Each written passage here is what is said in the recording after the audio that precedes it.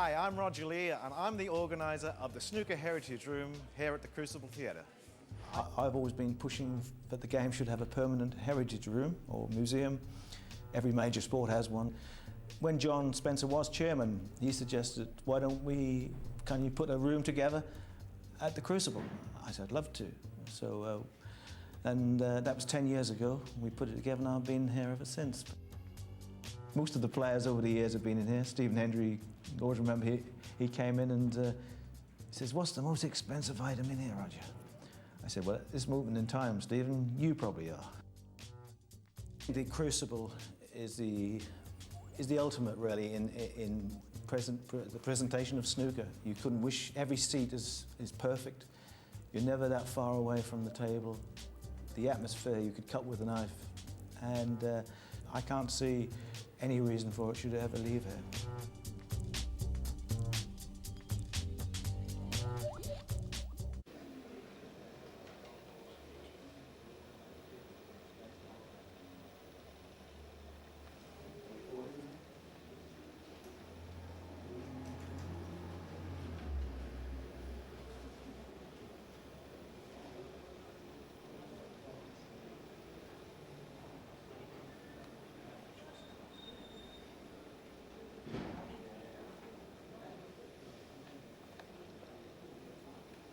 Better get this first time we do record them, don't I? You better. You can take that off for a start.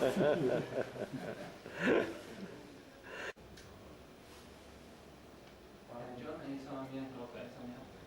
Well, once again, we've come down to the heritage room here at the Sheffield Crucible, and people can come in and have a look at the memorabilia from players and antiques of bygone times in snooker. Oh, top open. Oh yeah.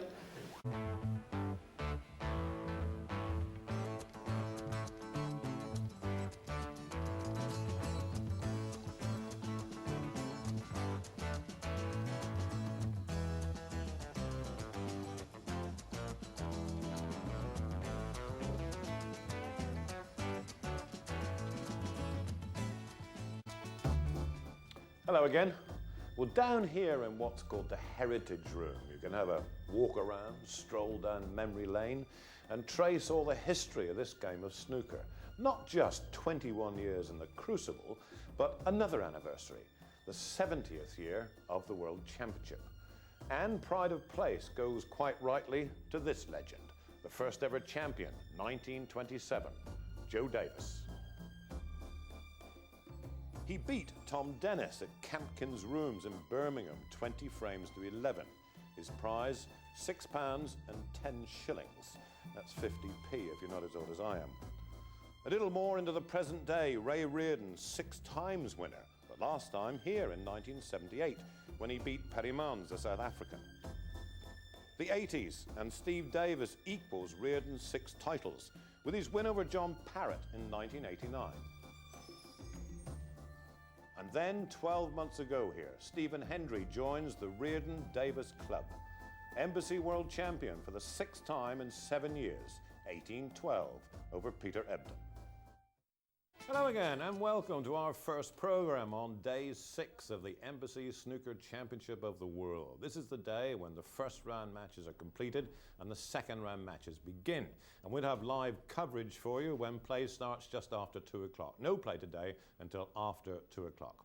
Meanwhile, we're in what they call the Heritage Room, just outside the main arena, and very nice it is too. We'll have a longer look around at this later on in the programme. And it's from here that we're now going to give you, or try and give you, a very different half an hour of Green Bay's entertainment. From Snooker and Billiards, and with me is the man responsible for the collection here in the Heritage Room, that's Roger Lee. Roger, how popular has it been with the fans here at the Crucible? Very, very popular, Dougie. This is the first year we've put it together. And it's been a great privilege to put the Heritage Room together on behalf of the WPPSA, and I hope we can do it every year. Absolutely. Now this is the strangest table I've ever seen. What on earth is this? Well, this is an MIP table, or MIP as it's commonly known. And MIP stands for? It's multum in parvo, which is Latin for everything is beautiful in small. And it's basically... We knew that. You knew that, yeah. So what's the object of it? Well, the object of it is, this is actually the top third of a full-size snooker table. So this is the black spot for snooker, or the red spot in billiards. and one can practice the top of the table game at snooker or billiards as if playing with full-size equipment. But you also notice along this rail 2 pockets in very unusual positions, not normally seen, as you see. And also on the cloth we have 2 full-size Ds marked. So one can play the in-off game at billiards using that pocket and this D for the right-hand pocket, or from that D into this pocket. So we're talking, for people who don't have the room for a full-size table, they can obviously practice their game on this. Exactly. Demonstrate it for us then. How does I'll it try. work? This is the North Norfolk billiards champion, by the way, so he won't miss this. Oh. Yeah, I knew he wouldn't let us down. Thank you, Terry. Now, what about the pen cue? Because this is fascinating. Yes, well, this is the famous fountain pen cue. Alec Brown, he was a player of the 1930s. He was playing Tom Newman at Thurston's in 1938, and he potted a red, and the white got buried in amongst all the reds, and the only colour he could see was the black, but he could only hit that with great difficulty. So he suddenly pulled out this fountain pen cue, and he tapped the cue ball onto the black. The referee, Charlie Chambers, at the time said, foul stroke. So Alec Brown said, why is it a foul stroke? He said, you're not using a cue. He said, I am using a cue. There's the cue, and there's the tip on the end. Well, there's a great controversy, and eventually the governing body, the Billiards Association, decided in favour of the referee, and that is why today a cue has to be a minimum length of 3 feet. All because of The famous cue. Alec playing Tom Newman. And talking of cues, behind us on the wall here, we actually have Joe Davis's cue, which is obviously something very special to have. Very special indeed, yes. I mean, the great Joe Davis, there he had the balls and his original case and everything. Yeah, he was world champion for 20 years, Roger, wasn't he? And He was. Are there a lot of Joe Davis artefacts still around? Are they relatively easy to get hold of? Yes, well, there are quite a few, particularly from the 1930s, 40s. Earlier than that is very difficult, but yes, he won the championship 20 times. And Right. And also we've got so many famous people over the years who have played billiards, played snooker, and one in particular, Charles Dickens, Yes, believe it yes, or not. there have been some famous names. Mozart played billiards, Mark Twain played billiards, and so did Charles Dickens. And Charles Dickens bought some billiard equipment from Thurston's, and here is his original cheque of £9, 10 shillings for billiards equipment from Thurston's. Fantastic. It really is fascinating. If you're at the Crucible at all, well worth paying a visit here to the Heritage Room. David. Thank you. Well, sitting here beside me is not an exhibit. It's the real live Terry Griffiths, still too. And paying a flying visit right now, the always welcome, the ever legend, Mr. Ray Reardon. Have to come to Sheffield, David. Wouldn't be the same. Even to would it? see you. 6 times world champion. That's right. Champagne this morning? Yes. Oh, of course, right. What are you doing these days? Not a lot. As little as possible. Enjoying life. Bit of fishing? Or? No, golf is my game. Yes, now, and I love it. I still play snooker. This is an interesting little situation. This little table we were seeing with Roger square. Lee, exactly. Yeah. There was a story about this, you know. You're going to tell me, I'm sure. Well, there's a table this size, and there's a gentleman who won the pools many years ago. And well, it was so long ago that the first prize was 75,000. That goes back a few years. Yeah. And he won the pools, and he rang up one of the leading companies, like say Thurston's, and he said, "I'd like a square table, please." He said, "We don't make square tables." He said, "I've just won the pools. I've got X amount of money, and I want a hole in the middle, just one hole." He said, "And I don't want round balls. I want egg-shaped balls, and I want cues like gimme sticks." And he said, "Never mind about the cost." He said, "When this be ready?" And they said, "Oh, about 3 months." Well, he said, "In the meantime now, I'm going to go on a cruise." And he went on this cruise, and he was in the Mediterranean, and one night there was a terrible storm. And the ship sank, and there was no survivors. So if you know anybody who wants to buy a square table with a hole in the middle, can you get in touch with Thurston's? Sorry about that. No, I hadn't heard it before. I've heard most of your stories before, but not that one. I like to drop one in now and then.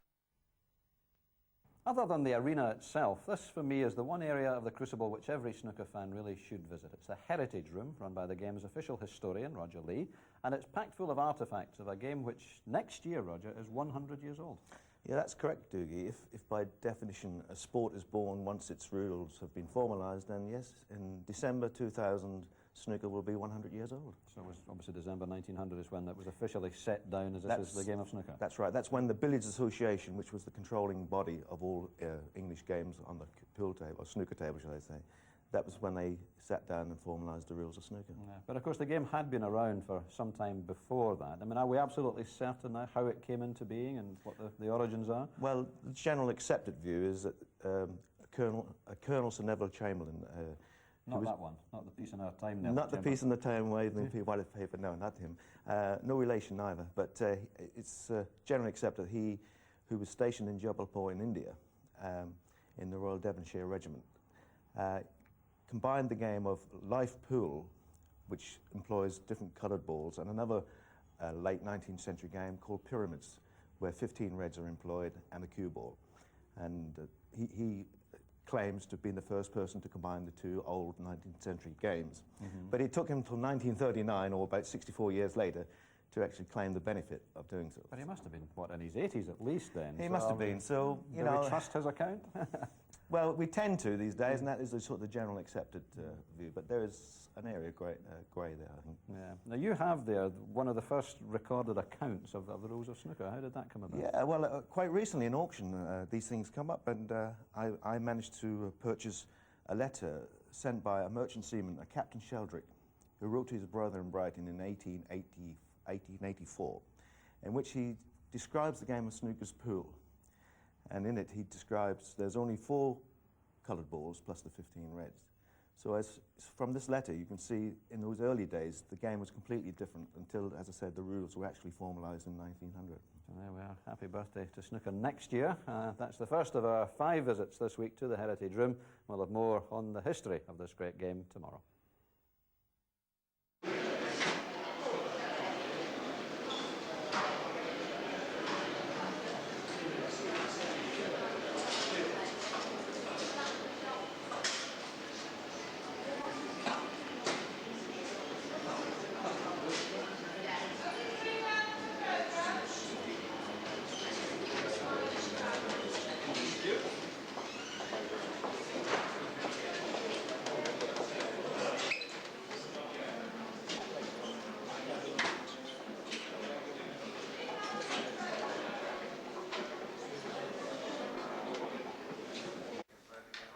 This is the English Amateur Snooker Championship Trophy. This is the English Amateur Village Championship Trophy. This is the Benson Hedges Masters Trophy, won by Stephen Hendry. And this is the Grand John Roberts Trophy, now played for the English Amateur Village Championship. And this is the Daily Mail Gold Cup. That wasn't the Daily Mail Gold Cup. That is the replica of the World Professional Snooker Championship Trophy. That is the Daily Mail Gold Cup, won by Alec Brown. And that is the Ladies Snooker Championship Trophy.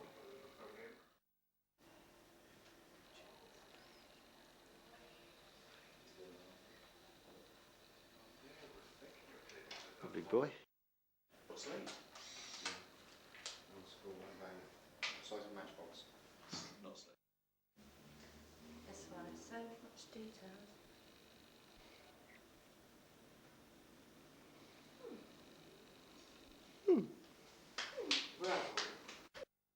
As I said, we're here in the Heritage Room with all the memorabilia and golden oldies, and rather appropriate, I've got Dennis Taylor and John Virgo with me. Thank you very much. John nearly smiled then. To assess the chances. Say something funny, I will, David.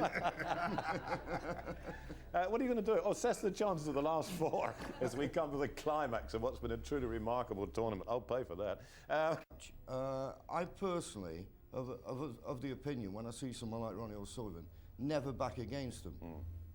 And that's the only way I could determine which way the match would go. Forecast time then, your semi-final. My semi-final? Yes, that's the one we've been talking about. Well, who's going to win it? If you ask me to really put my hand down and say who would I think will win it, I just have a sneaky feeling for Ebden. Right. Before the tournament, I said Stephen Hendry would win it. If he didn't win it, the winner of John Higgins and Ronnie O'Sullivan. There we are, as usual, hedging their bets. You never get a straight answer out of these fella. So that's what they think. That's what they think they think.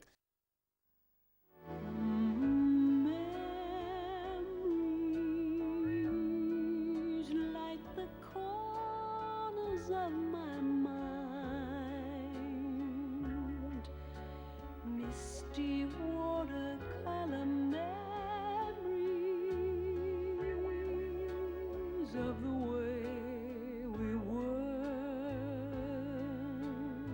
this fella, Walter Lindrum. Name to conjure up with, isn't it? The greatest billiards player that the world has ever seen. Yeah, that's right.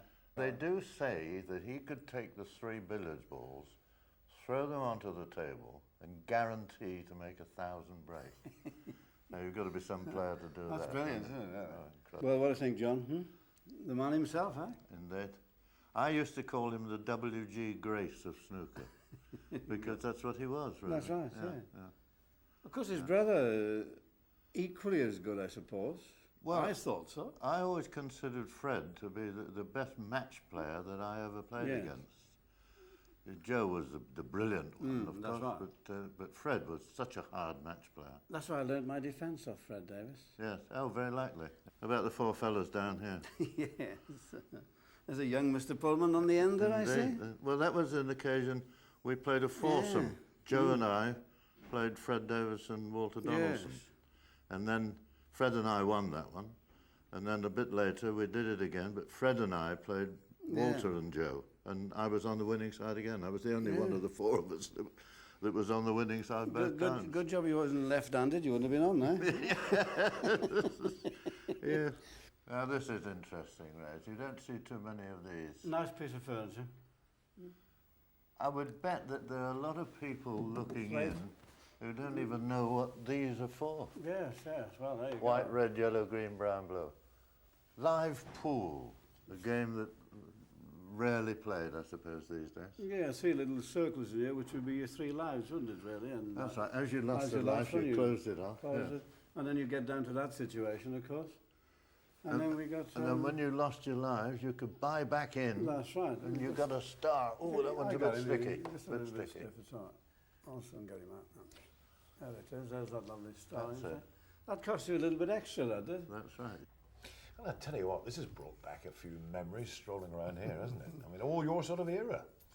Yes, I suppose so, but more memories when I see my dear friend John arrived this week, which gave me great pleasure, that, yeah. It's kept me up all night as well. Now, you both... For some reason or another.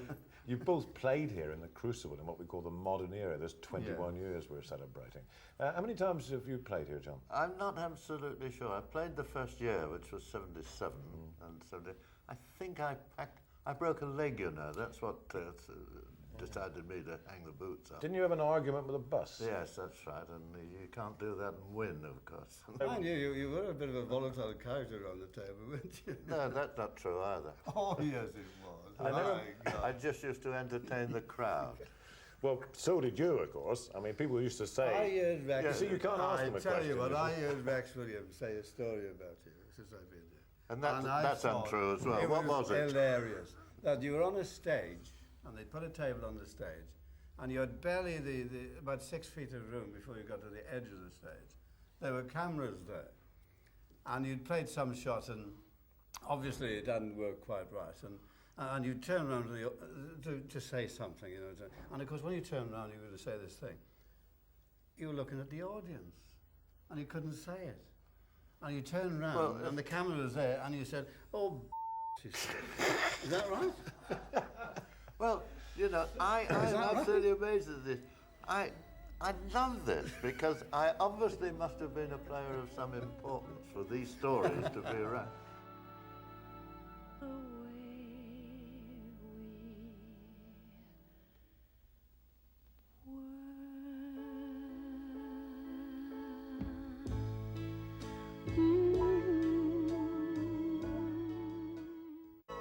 It's just the final black to go, and then into the dressing room for pots of tea.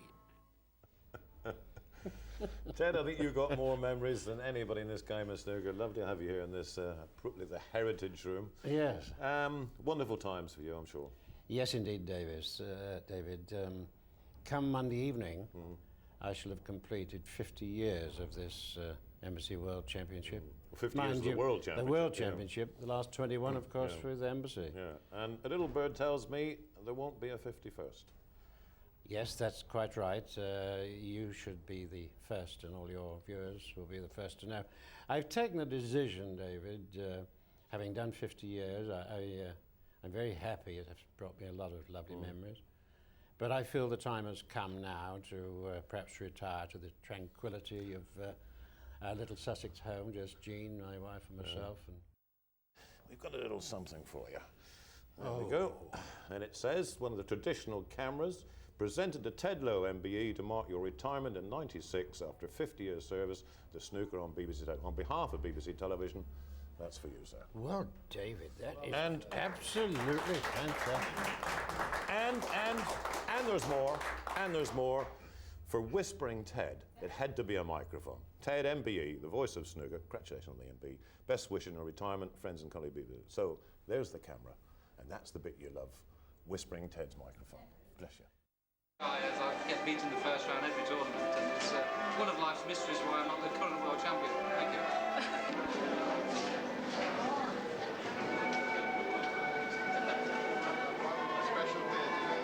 You on your bill?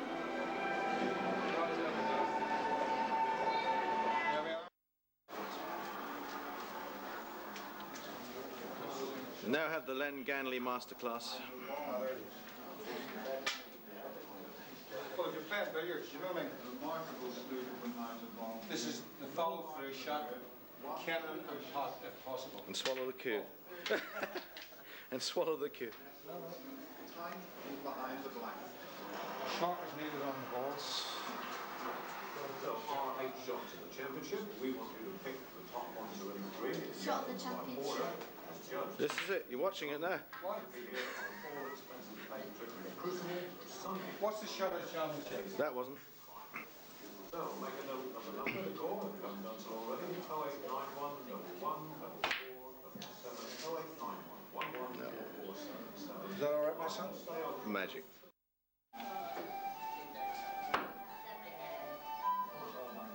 Wonderful shot.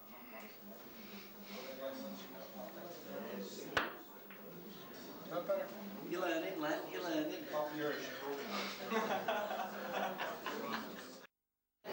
How many years have you been coming now, Dave? This is my 4th year here, Roger. Right. Which has been the best years? Well, it's always this year. Next year will be even better than this year. We've been more hundreds this year than last year. That's right. So Have you made any money on the betting? Not yet, but I haven't lost everything yet. How often do the Times of India report? Do they every day? It's actually a paper called The Hindu. Sorry. Don't care what you say. Don't care what you say, as long as you get the name right. I know. Yeah. I got a set of old Ivory brilliant balls, Rog. So I hear. The way you walk. With Joe's, did you give you Joe's cues up there? Yeah, the set of balls. Yeah. Fantastic. Yeah, we've got a...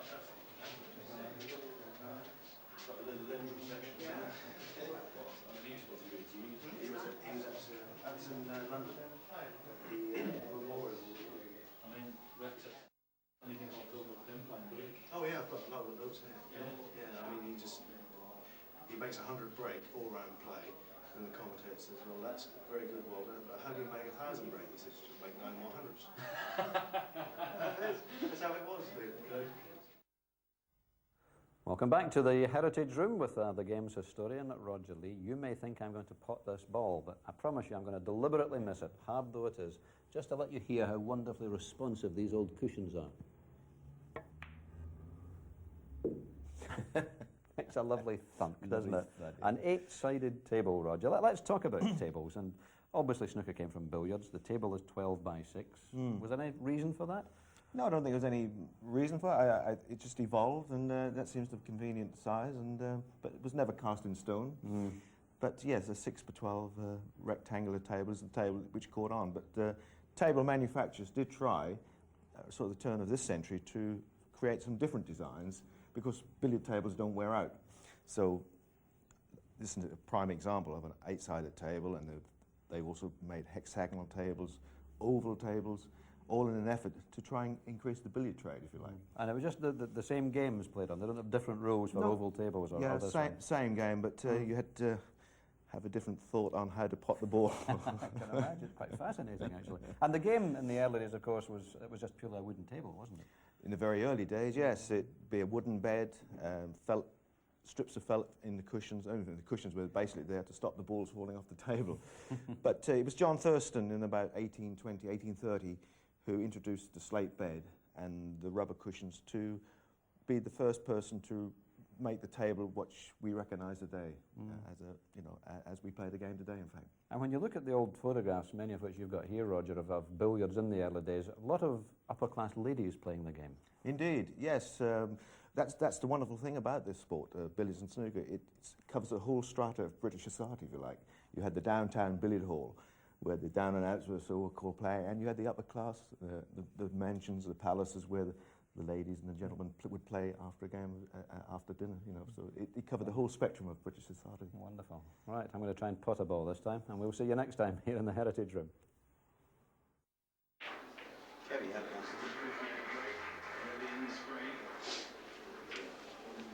No, I picked it up. That's a bit of my jacket. I get a bit of chalk up there.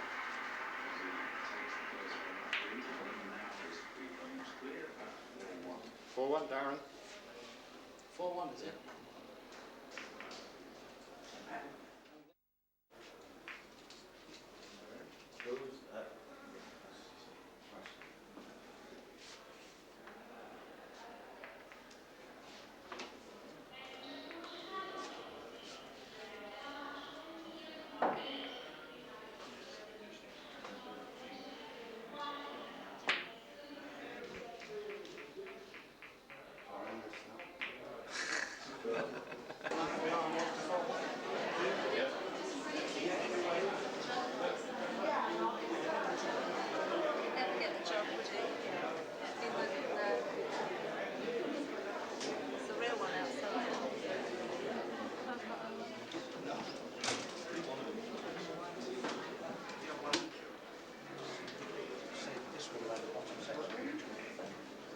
Only the lovely we do.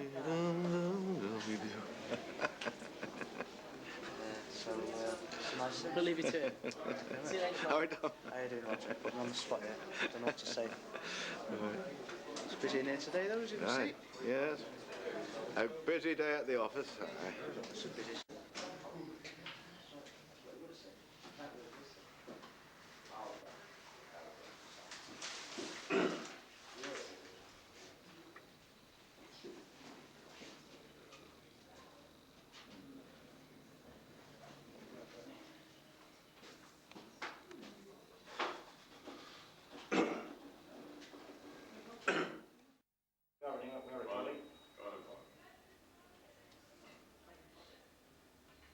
Hello again. Well, down here in what's called the Heritage Room, you can have a stroll around, walk down memory lane, and trace all the history of this game of snooker. Not just 21 years in the crucible, but another anniversary, the 70th year of the World Championship. And pride of place, quite rightly, goes to this legend, first ever champion, 1927, Joe Davis. This is not the replica. This is the actual World Professional Snooker Championship trophy. First one by Joe Davis. 70 years later, holding it. Wonderful trophy. Dominic Dale. Come here. You gonna hold the trophy? Maybe this year. Maybe this year. Well.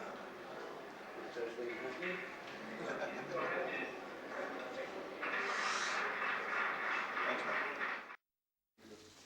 He's the grand old master of billiards in that part of the century. He was like the W.G. Grace of billiards. The British? Yeah. This is the Holders Trophy. That was the first championship trophy in 1870, which he won so many times it was given to him. First billiards championship.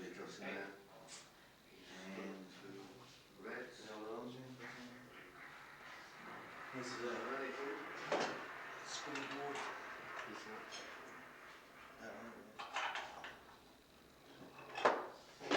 So, game of billiards, spot ball, playing ball, each player will put a penny in. And then as he scores, if you want to play another 100 up, he just put another penny. That'd be handy. I wouldn't in Scotland because you just open the door and take another penny. Nice old penny. Joy's girl, no, there's early. This is the Peel Trophy won by WJP. Nice early cushions. What's the most valuable thing? Made of felt. Strips of felt, full rubber. Probably you at the moment. Practice table. This is the top third of a full-size table. That's the spot, black spot. Right. So you haven't got a room big enough to have a full-size table. You can practice with full-size balls, you know, around the black spot. And that's the middle pocket on a full-size table from this D. And that's the middle pocket on a full-size table from that D. So for billiard players, they can practice their offs. Is this like, when did you make this? No, this was built in 1930 by Thurston's. Yeah. Never caught on.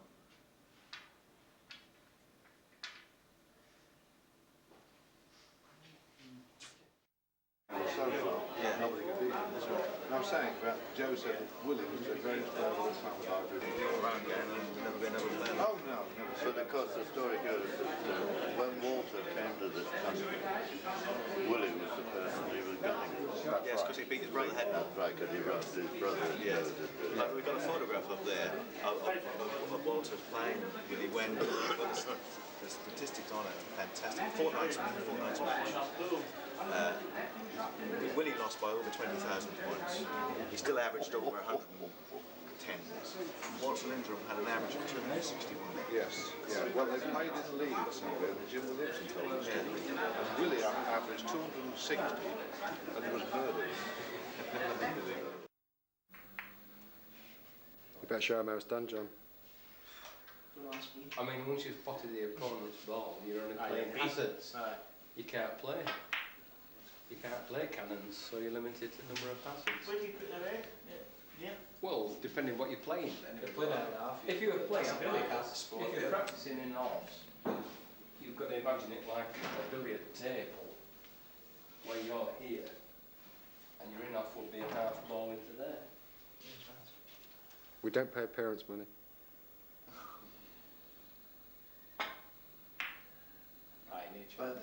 Yeah, you know my fees for coaching. Exactly. So, what are you doing with that right there? Well, I was just trying to so, if you had a house that wouldn't accommodate anything that's like your right middle bag, never do there, that's your left middle bag. Yeah, if you were playing in offs, yeah. So you would play them from there, that would represent where the ball would be on a full-size table, but you're not on a full-size table, so you play your off into here, using that as a ball. Oh, you're a bit wide there. That's it, well, no, that's it. Yeah, you're getting somewhere near now. That's it. And of course the ball comes up and down the table, and you play several of them.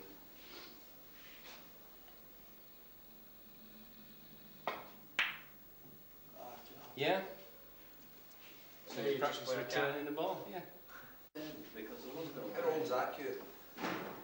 That one. Joe Davis. Depends what the biggest break is on it, that'll tell you. All the old billiard players, well, John. Right from 1920 right through. Billiard to snooker, world snooker, snooker scene. John, steady, I think. I know everything about steady. Steady. Still managing. So I've tried to mix it. You know, it's like these. I mean, I've got probably the world's greatest collection of early prints. You know, I'm not bragging, but you know, I thought I'd just put a few in because otherwise, if you're not a print collector, you just walk past it and you know, I saw a print from this and over there. That's lovely. That's brilliant. And this is Ted Lewis' lovely wife, Jean. Hello, Jean. Make one shot. Keep your clothes on, John. Look at that bridge. See that bridge? Duck bridge.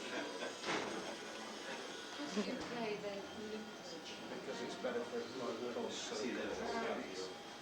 That's the first time I've seen John in 20 years. It's Jimmy Tracy's house at the stand, and a big village and a farm, everything in this house.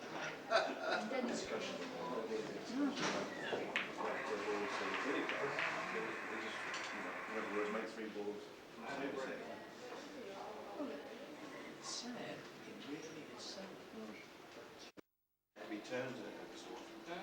That's why I used to have the scales, like the scales. Oh, to where all this. So before. I've not been on television this week because I haven't qualified, and this is probably my debut for the week. What do you thought? It was a 10 Heritage Week. so before an important village match, you used to weigh the balls. Did they? Oh, before every match? There's no drugs testing nowadays, just one of those. Yeah, you couldn't get one of Jack's bollocks on there. Sorry, cancel. These are all plates off tables, are they? All tables, mate, yeah.